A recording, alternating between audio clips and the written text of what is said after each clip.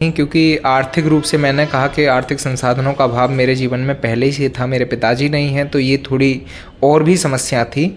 दूसरा ये था कि हम सब लोगों ने ही कोरोना महामारी के रूप में एक जो है वैश्विक आपदा का सामना किया। वो एक स्टूडेंट के लिए पंकज कुमार वर्मा उनका मार्गदर्शन है अतुलनीय है। मेरा मानना है कि अगर वो ना होते तो शायद मैं ना किया है। सामान्य स्कूल से किया है। मेरे इंटर और हाई स्कूल के मार्क्स भी बहुत ज़्यादा अच्छे नहीं हैं, 50% के एवरेज मार्क्स। उत्तर प्रदेश लोक सेवा आयोग में छात्रों को लगता है कि मॉडरेशन प्रक्रिया, स्केलिंग प्रक्रिया कहीं ना कहीं उनके मीडियम को प्रभावित करती हैं। तो आप अपने हिसाब से बताएं, क्योंकि आपकी जो ये प्रत्येक वर्ष पीसीएस में छात्र सेलेक्ट होते हैं। इवन इस बार भी पीसीएस 2021 में यहाँ से हिंदी माध्यम में 13 लोगों का चयन हुआ है।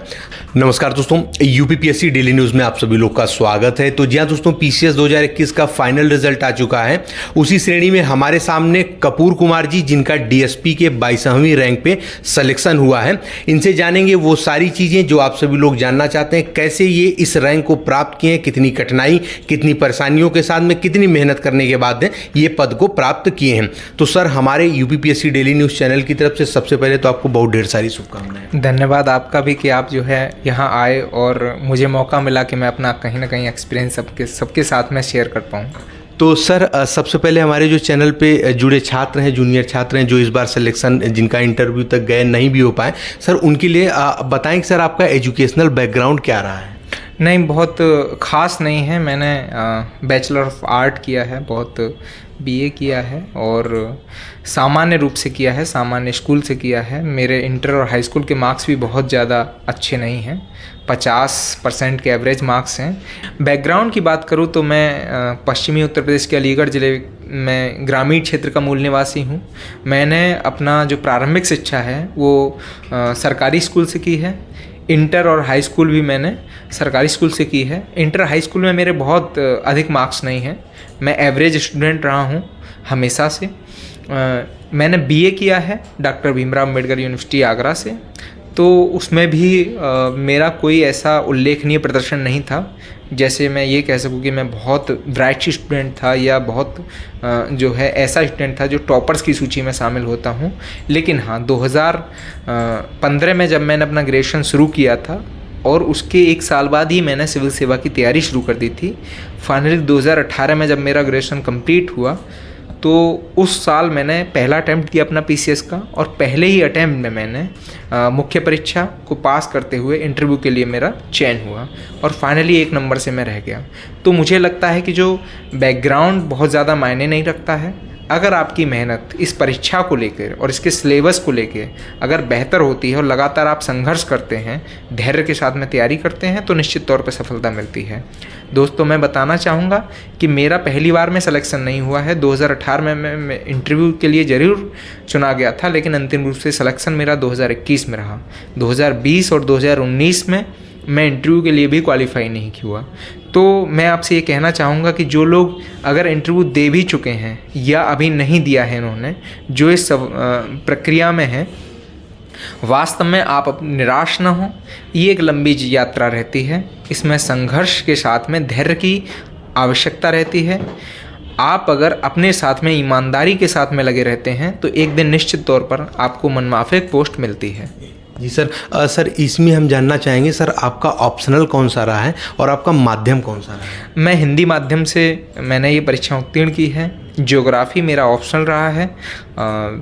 ज्योग्राफी ऑप्शनल रहने का सबसे बड़ा कारण ये था, मेरा बैकग्राउंड जो है वो पॉलिटिकल साइंस से, क्योंकि मैं एमए भी हूँ, नेट पे है और जेआरएफ भी मैंने किया है उसमें, लेकिन उसके बावजूद भी मैंने ज्योग्राफी ऑप्शनल चुना, क्योंकि ज्योग्राफी ऑप्शनल कहीं ना कहीं आपको चाहे स्केलिंग हो या मॉडरेशन हो, इससे संबंधित मुद्दों को भी अगर स्केलिंग हो रही है या नहीं हो रही है तब भी आपके मार्क्स एवरेज से बेहतर रहते हैं। दूसरा, GS1, GS2, GS3 में आपको एक जो इसका एक बड़ा पार्ट है उसको कवर करता है।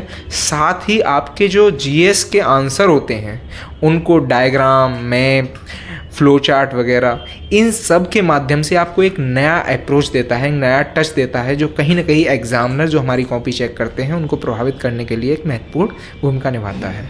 सर प्रारंभिक परीक्षा और मुख्य परीक्षा की स्ट्रेटेजी जानने से पहले हम ये जानना चाहेंगे, क्या आपने इसके पहले कहीं किसी संस्था से कोचिंग की थी, क्या है रहा, कैसे आपने तैयारी की? नहीं, मैं अगर बताऊं तो 2017 में मैंने तैयारी शुरू की थी। चूँकि मैं अलीगढ़ का निवासी हूं और अलीगढ़ कोल में उस समय तत्कालीन एसडीएम थे डॉक्टर पंकज कुमार वर्मा। उन्होंने ऐसे व्यक्ति जिनके पास में संसाधन नहीं हैं उनको सिविल सेवा के क्षेत्र में मार्गदर्शन देने का काम शुरू किया था और उसके लिए एक संस्था बनाई थी जिसे नाम दिया गया था सिविल सर्विस मार्गदर्शिका। तो उनके सानिध्य में रह के मैंने मार्गदर्शन प्राप्त किया। उनके साथ में श्री आदरणीय राजवीर सर जो अपर सांख्यिकी अधिकारी हैं, रिंकू भैया, Jayprakash sir, Rajkumar Gupta sir, Vibha ma'am, Rakesh Patel sir, वर्तमान में एडीएम जो अलीगढ़ थे, इन सब लोगों ने बहुत सहयोग दिया और मुझे कभी किसी कोचिंग संस्थान की ज़रूरत ही नहीं पड़ी। हमको बताया गया जिस तरह की पहले आपको एनसीईआरटी कवर करनी है, उसके बाद में टेक्स्ट बुक कवर करनी है और उसके बाद में फिर आप जो है लास्ट ईयर के क्वेश्चंस को ध्यान में रखते हुए और सिलेबस के अकॉर्डिंग तैयारी करें।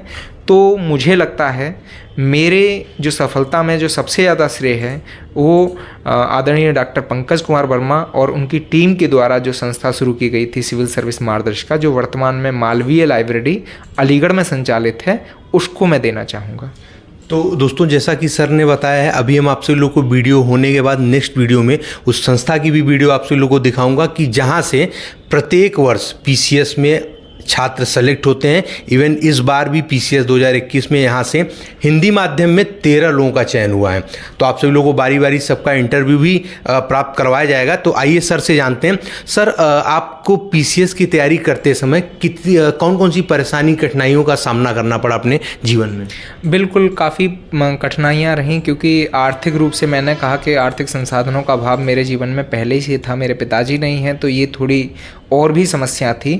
दूसरा ये था कि हम सब लोगों ने ही कोरोना महामारी के रूप में एक जो है वैश्विक आपदा का सामना किया। वो एक स्टूडेंट के लिए कहीं ना कहीं, क्योंकि आर्थिक रूप से मैंने कहा कि आर्थिक संसाधनों का अभाव मेरे जीवन में पहले से था। मेरे पिताजी नहीं हैं तो ये थोड़ी और भी समस्या थी। दूसरा ये था कि हम सब लोगों ने ही कोरोना महामारी के रूप में एक जो है वैश्विक आपदा का सामना किया। वो एक स्टूडेंट के लिए कहीं ना कहीं मानसिक दुविधा वाला एक समय था। और इन सब के बीच में जब लगातार आप फेल होते हैं, जब आप लगातार पिछड़ते हैं, इंटरव्यू देने के बाद में आपका प्रीवी नहीं होता है, तो कह सकते हैं उस समय को एक हम जो है एक संघर्ष भरा समय हम मान सकते हैं। तो इन सब समस्याओं के बावजूद भी मैंने धैर्य और दृढ़ता के साथ में लगातार जो है मेहनत को जारी रखा। जब कोरोना काल आया तो मैंने उन क्षेत्रों पर काम किया जो मेरे पिछड़े हुए थे। इस वजह से जब मैं लगातार लगा रहा तो आज मुझे लगता है जब मैं चयनित हुआ हूँ तो देखता हूँ कि जब आप धैर्य के साथ में डटे रहते हैं तो उसका परिणाम आपके जो है कहीं ना कहीं आपके चयन पर भी पड़ता है। तो सर, अब छात्रों को बताएं कि आप सिंपल वे में कि जैसे प्रारंभिक परीक्षा को लेकर के आपने कौन कौन सी स्टेप फॉलो किए, क्योंकि आजकल छात्र भटकते बहुत हैं, उनको ये किताब वो किताब में ज़्यादा, क्योंकि आप अपना अनुभव शेयर करें कि कम समय में कैसे वो अच्छी किताबों को पढ़ करके प्रारंभिक परीक्षा के लिए ज़्यादा कठिनाई हो रही छात्रों में, तो उसको लेकर के बताएं। प्रत्येक वर्ष पीसीएस में छात्र सेलेक्ट होते हैं। इवन इस बार भी पीसीएस 2021 में यहाँ से हिंदी माध्यम में 13 लोगों का चयन हुआ है। दोस्तों देखिए, इस तैयारी को जब आप शुरू करते हैं तो ये इंटीग्रेटेड तैयारी होती है, ना सिर्फ प्रारंभिक परीक्षा, मेंस परीक्षा, इंटरव्यू, एक ही साथ इसकी तैयारी शुरू करते हैं। मेरा मानना है, जो मैंने अपने अनुभव को यहाँ शेयर करना चाहता हूँ कि सबसे पहले आप एनसीईआरटीज़ को उठाएं। अगर आप आर्ट स्टूडेंट रहे हैं तो आप कुछ एक एनसीईआरटी छोड़ भी सकते हैं, लेकिन मेरा मानना है जैसे कुछ एनसीईआरटी हैं, आधुनिक भारत का इतिहास हो गया, इसके अलावा पॉलिटी की संविधान के अंग हो गया, ज्योग्राफी की 6 से 12 टू एनसीईआरटी जो हैं सभी एनसीईआरटी 6 से 12 तक की, उनको आप कवर करें। ठीक है, उसके बाद में आप पर्टिकुलर एक बुक लें प्रत्येक सब्जेक्ट की, जैसे स्पेक्ट्रम हो गया हिस्ट्री का, एस.के. पांडे मिडिवल और एंशिएंट हिस्ट्री के लिए काफ़ी रहती है। इसके अलावा हम देखते हैं M. Laxmikanth political science polity के लिए, एम. लक्ष्मीकांत। इन्वायरमेंट के लिए आप शंकर IAS के नोट्स भी ले सकते हैं। इथिक्स के लिए आप लेक्सिकॉन की बुक ले सकते हैं। तो आप एक बुक लें और फिर उसको मल्टी टाइम आप जो है रिवाइज करें, पढ़ते रहें। आप पाएंगे जो है आप जो है आपके सारे एस्पेक्ट, लगभग 80% एस्पेक्ट यहीं से कवर हो रहा है। उसके बाद में आप सिलेबस और लास्ट ईयर के क्वेश्चन को ध्यान में रखते हुए तैयारी करें। जैसे जैसे प्री आता है वैसे वैसे आप जो है अपने अप्रोच को ऑब्जेक्टिव कर लें। टेस्ट सीरीज के माध्यम से और पूर्वालोकन के माध्यम से अपने आप को लगातार निखारते रहें। अपनी जो वीकनेस हैं उन पर लगातार काम करें। और करंट अफेयर, क्योंकि सबसे जो प्री का जो सबसे बड़ा हथियार है वो है करंट अफेयर। लगातार आप उसको देखते रहें। उसके लिए आप मैगज़ीन फॉलो करें, मंथली मैगज़ीन फॉलो करें और फिर जो है आप प्रारंभिक परीक्षा दें। आप पाएंगे कि आपका जो है सिलेक्शन इस स्ट्रेटजी के साथ में आसानी से हो जाएगा। तो बिल्कुल सर, जैसा कि ये जो आपकी स्ट्रेटजी है ये मेंस के लिए भी पूरी स्ट्रेटजी इसी में कंप्लीट हो जाती है। लेकिन सर यदि ऐसा है बिल्कुल, क्योंकि जैसे ही अब जैसे प्रीलिम्स एग्ज़ाम हो गया और आप जब मेंस देने के लिए जाते हैं तो सिलेबस को ध्यान में रखते हुए आप छोटे छोटे सिनाप्सिस या नोट्स बना सकते हैं, चाहे वो GS1 के हो, GS2 के हो, GS3 के हो, GS4 के हों। तो GS1 के लिए अगर मैं बात करना चाहूँ तो आप जो है स्पेक्ट्रम हो गया, ठीक है, NCERTs हो गई, वर्ल्ड हिस्ट्री वाला हो गया, सोसाइटी वाला पोर्शन हो गया, इनको सिलेबस के अकॉर्डिंग आप छोटे छोटे नोट्स बना लें। ऐसे ही GS2 के लिए M लक्ष्मीकांत हो गया, ठीक, गवर्नेंस के लिए आपकी योजनाएं हो गई। इन सारी चीज़ों के भी छोटे छोटे सिनाप्सिस बना लें। GS3 क्योंकि एक मल्टी डायमेंशनल अप्रोच आपको देता है, बहुत सारे सब्जेक्ट उसमें कवर किए जाते हैं, उसके लिए भी आप सिलेबस के अकॉर्डिंग ही नोट्स बनाएं। और GS4 के लिए जिसमें एग्जाम्पल और डेफिनेशन, जो भी पर्टिकुलर सब्जेक्ट आपसे शब्द आपसे पूछा जा रहा है, चाहे वो मूल्य हो, सत्यनिष्ठा हो, संवेदनशीलता हो, ठीक है, उनके लिए आप पर्टिकुलर डेफिनेशन और एग्जाम्पल के साथ में तैयारी करें। दोस्तों, ऑप्शनल की तैयारी थोड़ी सी बेहतर करनी होती है क्योंकि ऑप्शनल बहुत बड़ा एक पार्ट कवर करता है। आपके सिलेक्शन में ऑप्शनल की भूमिका सबसे महत्वपूर्ण होती है। तो मेरा मानना ये है कि जैसे प्री आने वाला होता है तो अप्रोच को थोड़ा सा ऑब्जेक्टिव कर लीजिएगा, और जैसे ही मेंस आने वाला हो तो जो आपकी अप्रोच है वो एनालिसिस टाइप की होनी चाहिए। आपकी जो है थिंकिंग जो है वो एनालिसिस बेस होनी चाहिए। तो आप जब प्री दें और मेंस दें, आपको तैयारी में जो आपकी अप्रोच है उसको बदलना होगा, ना कि आपके मटेरियल को बदलने की ज़रूरत है। मटेरियल एक ही होता है, एक ही बुक होती हैं और एक ही तरह का उनको पढ़ना होता है, बस आपकी अप्रोच में परिवर्तन आ जाना चाहिए। तो छात्रों का सर एक कन्फ्यूजन ये भी रहता है कि हम प्री की तैयारी पहले करें कि मेंस की तैयारी पहले करें, तो आपका ये जो बात है उसी पे लागू भी होता है? बिल्कुल, मेरा मानना है इंटीग्रेटेड तैयारी करनी चाहिए। जब हम मेंस की तैयारी करते हैं शुरुआत में तो वो प्री की भी कहीं ना कहीं पॉइंट को कवर करता है। तो जैसे जैसे प्री आता है हमारा जो अप्रोच है वो ऑब्जेक्टिव हो जाता है, और जैसे जैसे मेंस आता है वैसे ही हमारा अप्रोच जो है वो आंसर राइटिंग पे हो जाता है।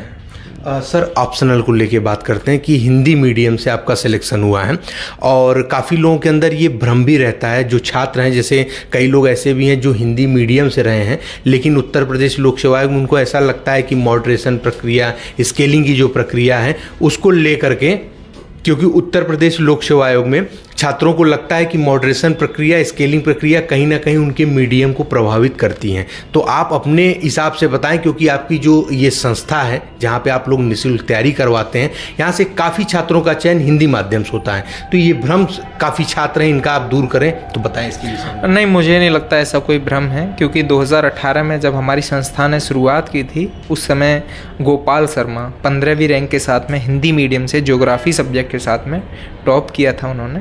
अच्छा उनका मार्क्स रहा था ऑप्शनल में 285 के करीब उनको मार्क्स मिले थे, और मुझे भी 2018 में 240 प्लस मार्क्स रहे थे। तो हम देखते हैं कि चाहे मॉडरेशन हो या स्केलिंग हो, उसके होने या न होने का प्रभाव जो है इतना नहीं पड़ता है, लेकिन हाँ कहीं ना कहीं दुविधा रहती है सब्जेक्ट को लेके कि हमको ऑप्शनल कौन सा चूज करना चाहिए, उसको लेकर हमें जो है दुविधा रह सकती है। लेकिन अगर हम बात करें मॉडरेशन और स्केलिंग का प्रभाव हमारे मीडियम पर बहुत ज़्यादा नहीं पड़ता है। जैसे हम बताना चाहेंगे कि इस तैयारी को आप जिस लय के साथ में करते हैं वो लय होना बहुत ज़रूरी है। लैंग्वेज अभी तक UPPCS में इतना हावी नहीं हो पाया है, UPSC की बात थोड़ा सा अलग है। तो मेरा मानना है कि ये भ्रांति है। अगर आप मेहनत के साथ में तैयारी करते हो तो फिर आप सेलेक्ट होते हैं, क्योंकि हमारे यहाँ से लगभग 280 लोग सेलेक्ट हुए हैं पिछले 4-5 सालों में आयोग के विभिन्न एग्ज़ामों में, और अधिकतर लोग जो है वो हिंदी माध्यम से ही तैयारी करने वाले हैं। तो ये एक बहुत बड़ा अचीवमेंट है दोस्तों। अब जैसा कि हमने पीछे बताया आप सभी लोगों को, दिखाऊंगा आप सभी लोगों को वो संस्था भी, वो जगह भी, कहाँ क्या चलता है, कैसे, वो सारी चीज़ें। सर ऑप्शनल को लेकर के बता दें कि कौन कौन सी बुक आपने पढ़ी है, कैसे। देखिए ऑप्शनल चूँकि मेरा ज्योग्राफी रहा है, तो सबसे पहले 6 से लेकर 12 तक की जो NCERT हैं ज्योग्राफी की, उनको कवर कर लीजिएगा।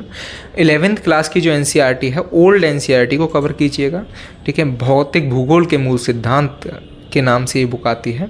आप इसमें देखेंगे कि आपकी जो यूनिट है 1, 2, 3 यानी कि जियोमार्फोलॉजी, ओसेनोलॉजी और इसके क्लाइमेटोलॉजी, इन सबको ये NCERT कवर करती है, जो एक बहुत इम्पोर्टेंट पार्ट होता है। इसके बाद में जो मैंने मेरे पास में खुल्लर की बुक थी, तो खुल्लर की बुक के साथ में और NCERT से मैंने अपने नोट्स डेवलप किए 2018 में ही, और फिर नोट्स बनाने के बाद में मैंने जो है आंसर राइटिंग शुरू की। तो मैंने इसके लिए न तो कोई क्लास की थी, न कोई लेक्चर लिया था, लेकिन हाँ डॉक्टर पंकज कुमार वर्मा, जिन्होंने हमको ज्योग्राफी, चूँकि उनका ऑप्शनल रहा था, उन्होंने हमें उसमें मार्गदर्शन दिया, और बेहतर मार्गदर्शन के कारण ही ज्योग्राफी सब्जेक्ट में हम पहली बार में पहुंचकर बहुत अच्छे मार्क्स हमने इंक्रीज़ किए थे। तो मेरा मानना है कि आप अगर ज्योग्राफी से तैयारी करते हैं तो सबसे पहले NCERT को कवर कीजिएगा, फिर एक कोई बुक, चाहे आप माजिद हुसैन लें या फिर खुल्लर लें, उसको साथ में रख के आप सिलेबस के अकॉर्डिंग नोट्स बना लीजिएगा। और जब आप नोट्स बनाएं तो ये देखें कि जिस पॉइंट्स के आप नोट्स बना रहे हैं उससे क्वेश्चन कितनी बार पूछा गया है, कब कब पूछा गया है। अगर उससे लगातार क्वेश्चन पूछा जा रहा है तो उस पर आपको ज़्यादा फोकस करने की ज़रूरत है। अगर उससे क्वेश्चन नहीं पूछा जा रहा है तो भी आपको उसको पढ़ लेना है, एक बार उसको नोट्स बना लेना है, हालांकि आप उस पर फोकस थोड़ा सा कम कर सकते हैं। तो मेरी यही अप्रोच रहती थी। आंसर राइटिंग में मैपिंग, डायग्राम, इनका बहुत ध्यान रखता था। मैं कोशिश यही करता था कि ज्योग्राफी के हर एक क्वेश्चन में कहीं ना कहीं मैप का यूज किया जाए, क्योंकि जब आप ज्योग्राफी के स्टूडेंट होते हो तो आपसे अपेक्षा की जाती है कि आप अपने डायमेंशन को कहीं ना कहीं मैपिंग के माध्यम से भी बताने की कोशिश करें। तो यही मेरी स्ट्रेटजी रही थी ज्योग्राफी ऑप्शनल को लेकर। सर आपका जो जीवन है काफ़ी कठिन रहा है, कठिन संघर्षों के बाद आप तैयारी करने के बाद इस पद पर पहुंच पाए हैं। तो सर पढ़ाई के दरमियान कभी ऐसा जैसे पढ़ते पढ़ते आदमी बोर होने लगता है, तो क्या सोशल मीडिया के प्रति आपका कोई झुकाव रहा है? व्हाट्सएप, फेसबुक, इंस्टाग्राम, ये सब चीज़ों को लेकर? नहीं, सोशल मीडिया पर तो इतना मेरा झुकाव नहीं था। 2018 में जब मैं पहली बार असफल हुआ था, उसके बाद में मैंने सोशल मीडिया से पूरी तरह से दूरी बना ली थी। लेकिन हाँ, जब मैं क्योंकि मैं भी एक मानव हूँ और इंसान हमेशा पढ़ ही नहीं सकता, मैं बहुत ज़्यादा तो नहीं पढ़ता था, 10 घंटे 8 घंटे ये मेरा शेड्यूल रहता था। और जब मुझे निराशा होती थी, जब लगता था कि नहीं हो पा रहा है, तो मैं अपने दोस्तों के साथ में दिनचर्या बिताता था, उनके साथ में डिस्कस किया करता था, और उनके साथ में डिस्कस करके मुझे एक तो मेरी तैयारी को एक अलग टच मिलता था, दूसरा जो मेरी आत्मविश्वास है वो भी कहीं ना कहीं बढ़ता था। ऐसे दोस्त जिनमें धर्मेंद्र मौर्य हैं, शुभम कपूर हैं, अरविंद गौतम हैं, गोपाल शर्मा जो SDM थे वो भी मेरे दोस्त रहे थे, ठीक है। हेमंत जो नायब तहसीलदार हैं इस समय, अरविंद गौतम भी नायब तहसीलदार हैं इस समय। तो ये सब जो लोग थे, ये सब जो दोस्त थे मेरे, इन लोगों ने कहीं ना कहीं तैयारी के दौरान लगातार जो है मेरे साथ में एक व्यवहार जो है वो बनाए रखा। ये लोग सेलेक्ट हो गए, उसके बावजूद भी हम लगातार रहते थे। तो ये कहीं ना कहीं जो अवसाद होते हैं विद्यार्थी जीवन के, या कहीं हमारे अंदर डिमोटिवेशन जैसी सिचुएशन आ जाती है, उससे निकालने में आपके दोस्त महत्वपूर्ण भूमिका निभाते हैं। सोशल मीडिया से मुझे लगता है कि जब तक आप सेलेक्ट नहीं होते हैं तो एक दूरी रहनी चाहिए, वो आवश्यक भी है। सर मूवी वगैरह में इंटरेस्ट है? बिल्कुल, मैं जब भी हम दोस्त रहते थे तो मूवी देखते थे, अक्सर मूवी देखते थे, साथ में प्लान बनाते थे, 3-4 लोग अक्सर जो है हम देखते थे। ऐसी मूवीज़ जो कहीं ना कहीं मनोरंजन का कार्य करती थी। तो मूवी देखना कहीं ना कहीं एक विद्यार्थी जीवन में वो सामान्य चीज़ होती है, लेकिन उनका भी एक लिमिट होना चाहिए। ऐसा नहीं है कि आप डेली मूवीज़ देख रहे हैं। तो हम कभी 2-4 महीने में एक मूवीज़ देख ली, वो रहता था। शाम को घूमना हो गया, हमारे यहाँ अलीगढ़ मुस्लिम यूनिवर्सिटी है तो उसके कैंपस में घूमते थे, तो दोस्तों के साथ में चर्चाएं होती थी, करंट अफेयर के मुद्दों को लेके, ज्योग्राफी ऑप्शनल के मुद्दों को लेके, जीएस के मुद्दों को लेके और हंसी मजाक चलता रहता था, जो कहीं ना कहीं इस जो यात्रा को थोड़ा सा मनोरंजक बना देता है। ठीक है, तो इस आधार पर हम 4-5 चीज़ों को देखकर ये समझ सकते हैं कि हमारे लिए हमारा ऑप्शनल कौन सा होना चाहिए।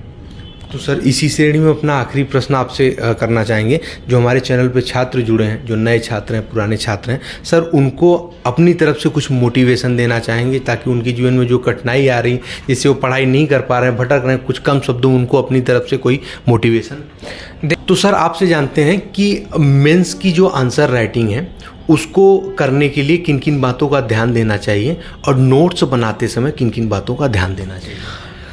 चूँकि सर मैंने 3 मेंस दिए हैं और अंततः तीसरे मेंस में मुझे सफलता मिली है, तो कई चीज़ें मैंने आंसर राइटिंग के संदर्भ में सीखी हैं।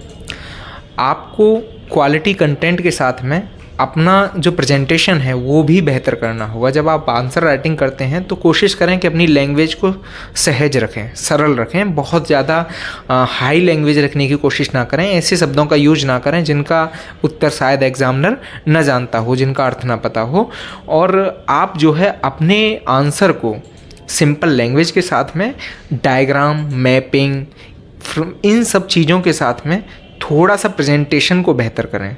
जैसे हम देखते हैं कि अगर कोई व्यक्ति पैराग्राफ में लिख रहा है तो एक समय के बाद में बोरिंग आनी शुरू हो जाती है। आप जो है कहीं पर डायग्राम बनाएं, कहीं मैप बनाएं, कहीं फ्लो चार्ट बनाएं और इनमें भी विविधता रखें। अगर आपने डायग्राम को बनाया हो उसको ऐसा ना करें कि दूसरे पेज पे फिर उसे जो है उसी को सेम कॉपी कर दिया, ऐसा ना करें। आपकी कॉपी में विविधता झलकनी चाहिए। ठीक है, चाहे वो फ्लो चार्ट हो, मैप हो, डायग्राम हो। इसके अलावा आप अपनी पूरी कॉपी में 1-2 क्वेश्चन को सिंपल लैंग्वेज में भी लिख सकते हैं, जैसे सिंपल पैराग्राफ में भी लिख सकते हैं। ये भी एक डायमेंशन आपका दिखाता है। तो मेरा मानना है कि आप कंटेंट को बेहतर रखें, वो तो पहली प्रायोरिटी रहती है। दूसरा, आप जो है क्वालिटी लाएं अपने प्रेजेंटेशन में और लैंग्वेज को सिंपल रखें, और साथ में जो आप अपनी बात कह रहे हैं उसको कहीं ना कहीं तर्क संगत बनाएं। जैसे किसी को कोट करें, कोई रिपोर्ट डाल दें जो, और रिपोर्ट भी बहुत हाईलाइट रिपोर्ट ना हो, ऐसी रिपोर्ट हो जो सामान्य हो। जैसे आप SDG गोल्स डाल सकते हैं, ठीक है, भ्रष्टाचार बोध सूचकांक डाल सकते हैं, मानव विकास सूचकांक डाल सकते हैं। ठीक है, डॉक्टर पंकज कुमार वर्मा उनका मार्गदर्शन है अतुलनीय है। मेरा मानना है कि अगर वो ना होते तो शायद मैं ना होता। लोकतंत्र सूचकांक डाल सकते हैं, ठीक है, लैंगिक असमानता सूचकांक डाल सकते हैं। ऐसी रिपोर्ट्स जो सामान्यतः प्रचर्चित होती हैं उनका आप इस्तेमाल करें। अगर कोई रिपोर्ट ऐसी है जो चर्चा में ही नहीं रही है, मेरा मानना है कि आप उससे बचें। ठीक है। तो सर ऑप्शनल को लेकर के, जैसे ऑप्शनल को चूज़ करने को लेकर के किन बातों का ध्यान रखना चाहिए, कम शब्दों में इसको बता दें। हाँ, 3-4 चीज़ें होती हैं। पहला तो आपकी रुचि होनी चाहिए, जो भी आप ऑप्शनल लेना चाहते हैं उसकी रुचि, उसके प्रति आपकी रुचि है कि नहीं है। दूसरा, आपके पास में उस ऑप्शनल को मार्गदर्शन के लिए कोई ना कोई होना चाहिए। जब भी आप उस पॉइंट पे, किसी पॉइंट पे आप अगर आप फंस रहे हैं तो कोई ना कोई आपके साथ में चर्चा करने वाला हो, कोई आपको समझाने वाला हो। तीसरी चीज़ मैं कहूँगा कि उसका मटेरियल जो है, क्वालिटी मटेरियल आपके पास में होना चाहिए, चाहे वो किसी भी मीडियम में हो, जिस मीडियम में आप चाहते हैं उसमें होना चाहिए। चौथी चीज़ कि उसका जो वेटेज है वो एग्ज़ाम में कितना है, मुख्य परीक्षा के GS पेपर में कितना है, ठीक है, कहीं और आपकी मदद कर पा रहा है कि नहीं कर पा रहा है। दूसरा, उसके मार्क्स किस तरह के इस बार मिल रहे हैं। जैसे कि ये परीक्षा, मैं उन नए बच्चों से भी कहना चाहूँगा जो इस तैयारी में आना चाहते हैं, ये परीक्षा धैर्य की परीक्षा है। मेहनत तो है ही, लेकिन धैर्य भी बहुत ज़रूरी है। हो सकता है कि शुरुआत के 2-4 टाइम जब आप इस एग्ज़ाम को देते हैं तो आप सफल न हो, ऐसा हो सकता है, लेकिन आप बने रहिएगा, आप संघर्ष करिएगा, धैर्य रखिएगा और सकारात्मक रहिएगा। सकारात्मकता बहुत आवश्यक है। जब इंसान फेल होता है और कभी कभी जब हम इंटरव्यू से नीचे उतरते हैं तो वास्तव में हमारे मन में कई तरह के सवाल खुद को लेकर भी होते हैं और अप्रोच हमारी कहीं ना कहीं नेगेटिव हो जाती है। लेकिन हमको ऐसे समय में अपने आप को तरोताज़ा रखना है, सकारात्मकता बनाए रखनी है, और एक समय बाद आप पाएंगे कि आप सफल होंगे। जो आपकी मनमाफिक पोस्ट थी वो आपको मिलेगी। उसके लिए ज़रूरत है मेहनत कीजिएगा, धैर्य रखिएगा और संघर्ष करते रहिएगा, लगातार अपने आप को इम्प्रूव करते रहिएगा। सर, आपकी सफलता में सबसे ज़्यादा योगदान किन किन लोगों का रहा है, और आपका जब रिज़ल्ट आया तो आपने रिज़ल्ट की सूचना सबसे पहले किसको प्राप्त करवाई? डॉक्टर पंकज कुमार वर्मा। उनका मार्गदर्शन है अतुलनीय है। मेरा मानना है कि अगर वो न होते तो शायद मैं ना होता, इस पद पर नहीं होता। उसके बाद में मेरी माताजी और मेरा छोटा भाई, जिन्होंने लगातार मुझे सपोर्ट बनाए रखा, सारी असुविधाओं के बावजूद भी, तमाम अभाव जो थे, चाहे वो आर्थिक हों या फिर व्यक्तिगत हों, उसके बावजूद भी उन्होंने मुझ पर भरोसा बनाए रखा। इसके अलावा जो मेरे दोस्त हैं, गुरुजी हैं, जैसे आदरणीय राजवीर सर हो गए या रिंकू भैया हो गए, इन लोगों ने लगातार मुझे जो है सपोर्ट करते रहे। ये लोग जब भी कोई ज़रूरत होती थी तब मुझे करते थे। बाकी मेरे जो दोस्त हैं जिनको आप जिक्र मैंने पहले किया है, उन सभी लोगों ने, इन सबको मैं बहुत बहुत थैंक यू बोलूँगा, क्योंकि आज इन सब का सहयोग ही मुझे यहाँ तक ले आया है। और सर, हमारे चैनल की तरफ से हम आपको बहुत बहुत धन्यवाद दे रहे हैं कि आपने अपना बहुत कीमती समय निकाल करके हम लोग को दिया है। भविष्य के लिए और अभी के लिए बहुत बहुत आपको शुभकामनाएं और धन्यवाद भी सर। धन्यवाद आपका कि आपने मेरी बात को जो है सभी लोगों तक पहुँचाने के लिए एक कहीं ना कहीं आप जरिया बने। और मैं चाहूँगा कि अगर एक व्यक्ति भी अगर इससे कोई सीख लेता है या आगे बढ़ता है तो मेरे लिए बहुत बड़ी बात होगी। मैं आप सभी लोग का धन्यवाद करता हूँ। Thank you. तो जी हाँ दोस्तों, देखा आप सभी लोगों ने, सर ने आपको बताया है वो सारी चीज़ें जो बिल्कुल आपको डिटेल में चाहिए होता है। तो जो भी चैनल पर नया रहो दोस्तों, चैनल को सब्सक्राइब करने के साथ साथ बेल आइकन जरूर प्रेस कर दें, ताकि उत्तर प्रदेश लोक सेवा आयोग और अन्य भर्ती विभाग तरफ से जो भी महत्वपूर्ण अपडेट हो वो आप सभी लोग को तुरंत प्राप्त हो जाए। बेल आइकन जरूर प्रेस कर दीजिएगा। साथ ही में इंटरव्यू का सिलसिला चल ही रहा है, इसी सीरीज में हम आप सभी लोगों को और भी वीडियो प्राप्त करवाते रहेंगे। तो चलिए मिलते हैं नए वीडियो में। जय हिंद, जय भारत।